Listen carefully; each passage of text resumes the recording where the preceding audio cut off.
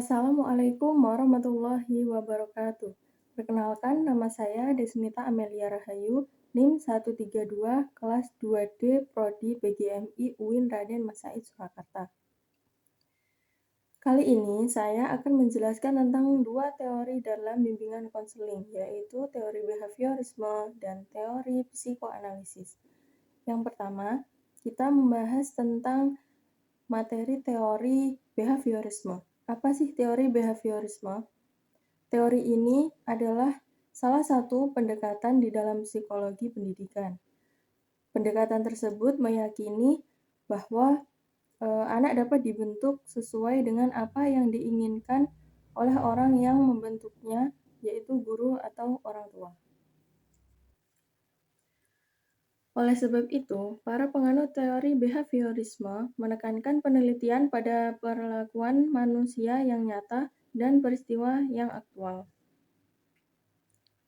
Teori behaviorisme mempunyai beberapa ciri, yaitu mementingkan faktor lingkungan, menekankan pada tingkah laku yang tampak dengan mempergunakan metode objektif, bersifat mekanis, mengutamakan unsur-unsur dan perhatian bagian kecil, mementingkan pembentukan reaksi atau respon, menekankan pentingnya latihan, dan mementingkan mekanisme belajar. Teori behaviorisme juga mempunyai prinsip, yaitu ada 7.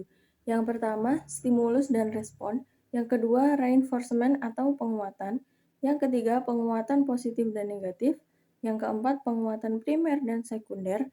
Yang kelima, kesegeraan memberi penguatan. Yang keenam, pembentukan perilaku. Dan yang ketujuh, kepunahan. Contoh dari pendekatan teori behaviorisme ini ialah saya temukan di lingkungan saya sendiri, itu ada seorang anak yang ikut ibunya berbelanja ke suatu supermarket, dan anak itu melihat sebuah mainan yang sebelumnya dia sudah punya di rumah, tetapi ia ingin membelinya lagi di supermarket itu. Dia mengambil lalu melihatkan kepada orang tuanya bahwa dia ingin memiliki itu. Orang tuanya harus membelikan itu. Lalu, orang tuanya tidak memperbolehkan karena mainan itu sebelumnya sudah ada di rumah dan harganya sangat mahal. Menurut konsep beliau, jika orang tua menuruti keinginan si anak, artinya ia sedang memberikan penguatan atau reinforcement untuk perilaku buruk anak. Di lain hari, lebih besar kemungkinan si anak akan mengulangi perilaku buruknya lagi. Anak akan menggunakan tantrum sebagai senjata untuk mengendalikan orang tuanya atau membuat orang tuanya menuruti keinginannya. Sebaliknya, jika orang tua menunjukkan sikap yang tenang dan tidak menuruti keinginan si anak, artinya ia tidak memberi penguatan kepada perilaku buruk anaknya. Jadi, tindakan yang dianjurkan dalam psikologi ketika anak tantrum adalah memberi kesempatan kepada si anak untuk mengekspresikan emosinya sambil tetap mengamati dan menjaganya supaya tidak melakukan hal-hal yang membahayakan.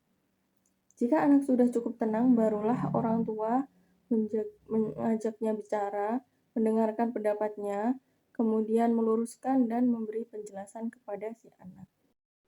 Selanjutnya adalah teori psikoanalisis.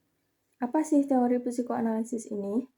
Menurut Corey, psikoanalisis merupakan teori pertama yang muncul dalam psikologi khususnya yang berhubungan dengan gangguan kepribadian dan perilaku neurotis.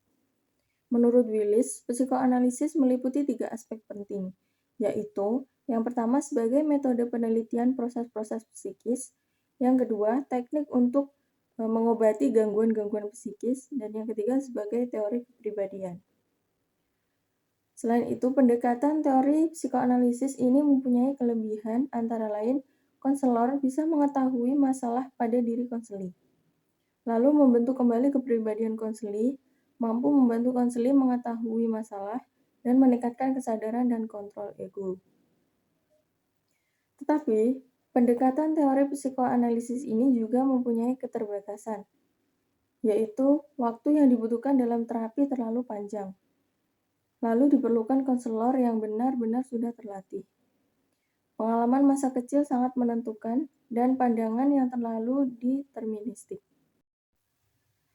Itulah tadi penjelasan tentang teori behaviorisme dan psikoanalisis.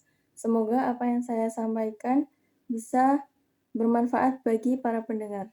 Terima kasih. Wassalamualaikum warahmatullahi wabarakatuh.